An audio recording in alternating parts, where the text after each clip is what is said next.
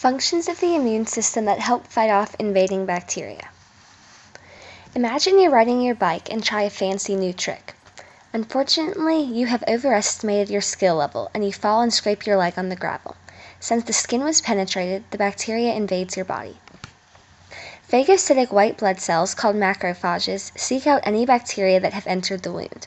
They are nonspecific, so they target anything they don't recognize as your body's.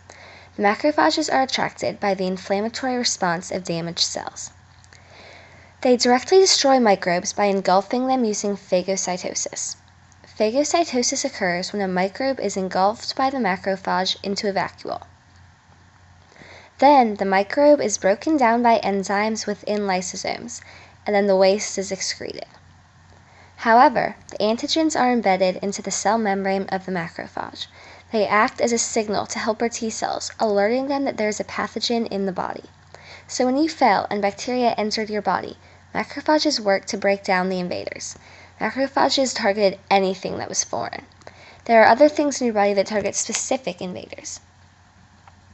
Macrophages and helper T cells work together in the recognition of an antigen to initiate a specific immune response against the bacteria in your bloodstream. The bacteria in your bloodstream are antigens, which are foreign substances that stimulate the production of antibodies by your immune system. An antigen is a protein on a pathogen. Helper T cells can't recognize an antigen by itself.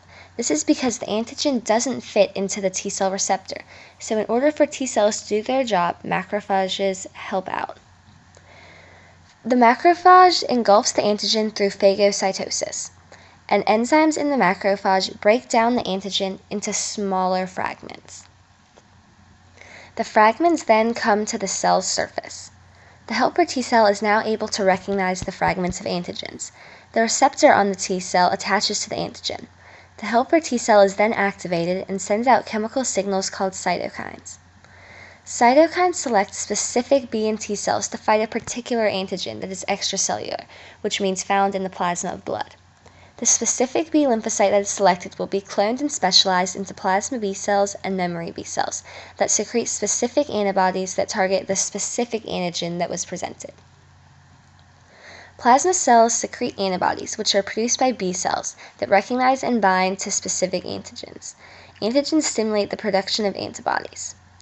Memory B cells linger around just in case the same pathogen comes back. An antibody is a protein that recognizes and binds to specific antigens that are shaped in a rod-like structure.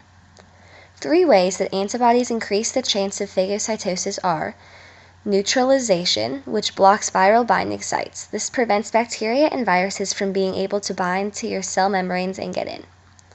Agglutination, which is clumping to make it easier for macrophages to recognize and engulf antigen-bearing particles, such as microbes.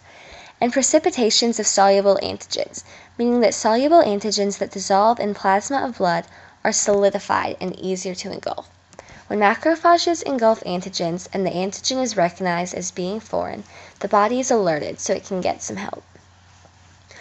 With all these elements, your body will fight off the bacteria that entered when you fell so that you can get back out and try again.